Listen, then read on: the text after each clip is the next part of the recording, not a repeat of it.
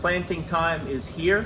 I know it sounds a little odd, but fall really is the best time to plant all of your perennials, get them all established for next year, being that fall into winter and then into spring are really the easier seasons on it, easier to keep something watered and all through those seasons too, and then have it really well established for next summer, much more extensive root growth and all, and just easier on the plant to get it through summer, having been planted in the fall before, really well established and good to go. With that in mind, we've expanded our range of native plants with over 40 new varieties of natives. Weren't sure if these were going to be ready or not, but as you can see, they're good and gorgeous and ready to go. Some are in flower as well, so 40 new varieties on top of the ones we already have.